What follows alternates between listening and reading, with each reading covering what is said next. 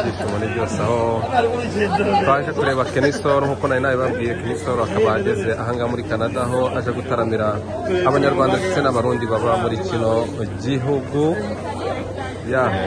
Twari tumutegereje guturuka i Kigali aho twamenye ko Kenny Store afite abakunzi benshi cyane hano muri Canada ndetse no muri Amerika. Murabizi ko Canada iri hafi ya Amerika, abenshi bava no muri Amerika bakaza gutaramira ahangaha muri Canada. Ni ibyishimo ni byose ku banyarwanda baba hano ndetse n'abarundi. Baratugiriye imwe ko tutajya muri Afurika.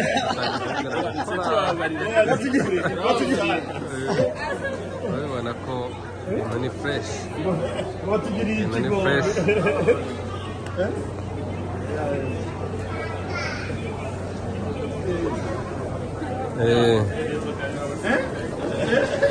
Kama point.